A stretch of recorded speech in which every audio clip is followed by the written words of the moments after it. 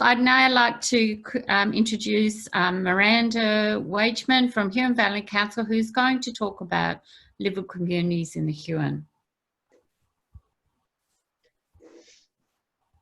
Hello, my name is Miranda. Can everybody see my screen? Yes.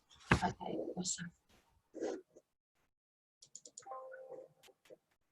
Oh, okay. I'd like to begin by acknowledging the traditional owners of the land on which I'm meeting with you today, the Malakadi people of the Southeast Nation, and pay my respects to elders past, present, and emerging. So livable communities. Fitting in and belonging are not the same thing. In fact, fitting in is one of the greatest barriers to belonging. Fitting in is about assessing a situation and becoming who you need to be in order to be accepted. Belonging, on the other hand, doesn't require us to change who we are. It requires us to be who we are. That's a quote by Brené Brown, and I'd like to start with that because I think belonging is part of a livable community. So thank you for having me here at this forum and talk about livable communities. So at the Huon Valley Council, it is in our Huon Valley strategic plan to strive for a community that embraces well-being, care for each other, livability and resilience for all. So often these goals are reached through more, I guess, traditional engagements such as lifestyle, nutrition, workshops and events that promote connection and inclusion. But I think what we're very lucky with at the Huon Valley Council as well is that we use the arts to promote well-being. So I'm the Arts and Culture Officer for Council, and so I'll be talking more about the more creative ways we are using to make our community more connected, happier and more resilient. So I'll be talking about two projects, very briefly about the Huon Beings project, but also about Harmony Week and Faces of the Huon. So I did want to make a mention of the Huon Beings project, which is an ongoing project. And this is led by our filmmaker that we are also lucky to have on staff, which is Mick Lowenstein. And over the past year or so, he has been talking with residents within the valley.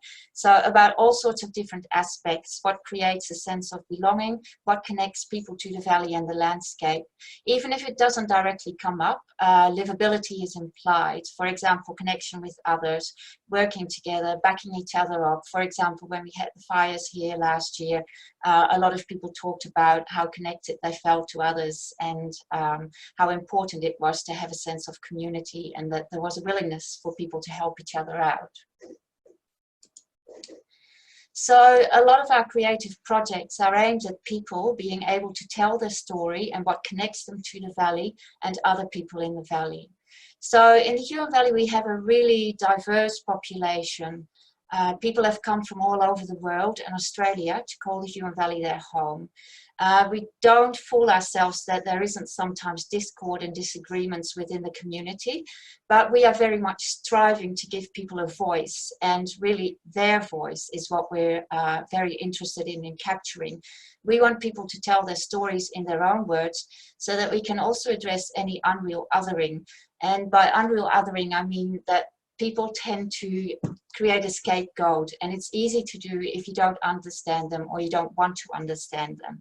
So, and we reckon this happens from a place of fear and a lack of knowledge of cultures or people that come from different areas. So what we're trying to do with our creative projects is to build a bridge on which we can all find a shared humanity and all the things that link us together. Harmony Week celebrates the diversity within communities. It's an Australia-wide event, and quite often this is celebrated through sports events and food events, but we wanted to approach it differently this year, and so make it more intimate and more personal. So we selected 6 people from very diverse backgrounds who have called the Huon Valley their home, and to see if we could actually find a common thread. And to take this even further, we really wanted to include all ages as well. So Harmony, it's not just about different cultures, but it's also about the intergenerational connectivity and basically everyone who lives in our valley. So the process of our project was that we interviewed these people, and then portrait photos were taken in a setting of their preference, and quite often it was something that felt really significant to them.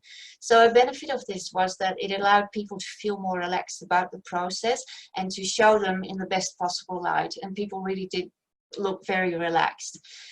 So we asked each of these people what made the Huon Valley home to them, what diversity meant, and what inclusion and belonging meant to them. So invariably, the most poignant and profound comments were made that were instrumental in highlighting the humanity in all of us.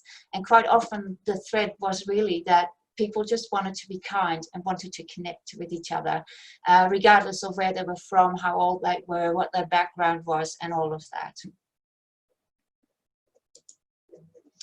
So the outcome of this project was 6 large portraits with individual quotes, which were displayed on a highly visible public wall along the main street in Huonville. And this was followed up with an Instagram campaign with further photos and further quotes from the people involved.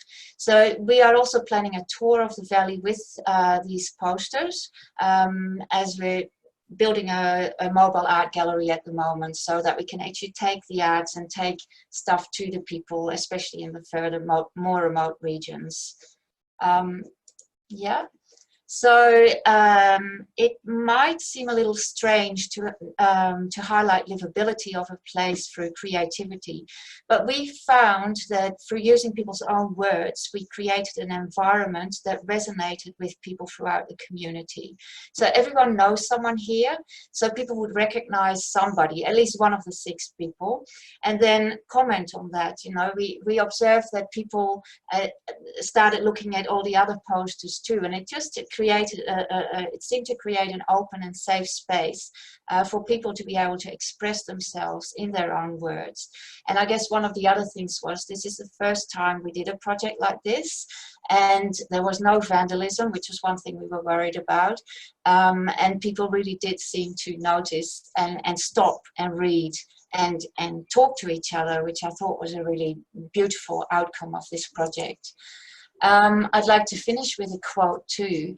It is said that diversity is having a seat at the table, inclusion is having a voice, and belonging is having that voice be heard.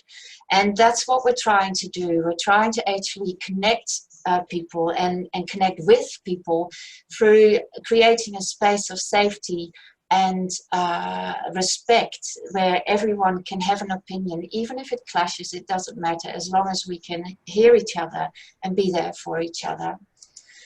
So I'll just go through the posters that we had. So the first person that we interviewed was a local Aboriginal elder, Rodney Dillon, and the things that he came out with were so profound and so touching. It was actually hard to find a quote out of what he said. But one of the things was, I think that harmony is about understanding and respecting that some people have come from very similar circumstances and that they were treated badly in their country. That's why they're here in a better place, and it's a better place to have them here. We had the late Dr. Jeeves. We were very lucky to be able to interview him. He's passed away just a few weeks ago. And again, he is very much a senior and a very well-respected member of society here. And one of the wonderful things about him was that he was very much interconnected with youth. So his quote was, "The young people, I think, have a great potential, greater perhaps than we have. If anything, they may be more adaptive to change than previous generations." Sofia and Martino, they are a young Italian couple who have settled in the Huon Valley and started their own food business. So they're running a restaurant. And I guess it's really lovely that their bit of culture of sharing food is being translated into the Huon Valley. So their sense of inclusion was about, we're trying to connect all the people who produce good things in the valley and bring them together here so that they create beautiful food and then share it with the community that way. Lisa Duggan was a lady from the Philippines. She was a master chef back in the Philippines and actually on TV. And when we had our interview with her, we were given the most amazing food, which was a wonderful added bonus. But she had this beautiful quote where she said, "You can only live in harmony if you love people. Even if you can see bad things in their life, you can embrace them." Then we had Judy and Ash, and they were, again, it was like a beautiful love story. So Ash came here apple picking, and Judy was working in the admin side in the apple picking place, and they met and they fell in love, and through all sorts of hardships they ended up being able to get married and settle in the Huon Valley. I think the beautiful thing about them was that Ash is Hindu and Judy is Christian. But when they met each other, they just saw the goodness in each other, and that was what was important. So their quote was, "We both have the same belief, that it's not what religion you are, it's how you treat people." And then finally, we had Donovan, who has come from Poland through Switzerland to the Huon Valley. And his quote was, "There's a huge potential within this community, because as with the fires, you can see people come together and help each other. And then it doesn't really matter what background you have or what kind of political view you have." Yeah, I totally feel part of it. So there you go, you know, everyone has got something similar to say, and we can say it in their own words and share it with the community. So yeah, that's all for me. The projects are online, or if you have any other questions about how we use creativity and creative projects to connect people together, please feel free to talk to me. Thank you. Thanks, Miranda. What a wonderful project. Look, I've follow you on Instagram now, and really beautiful, beautiful images, and I think it goes to the power of storytelling, Yes. and that storytelling can create change, which I think is something that Scott Rankin spoke about recently when I was on Friday Forum with him, and I think that is an important consideration.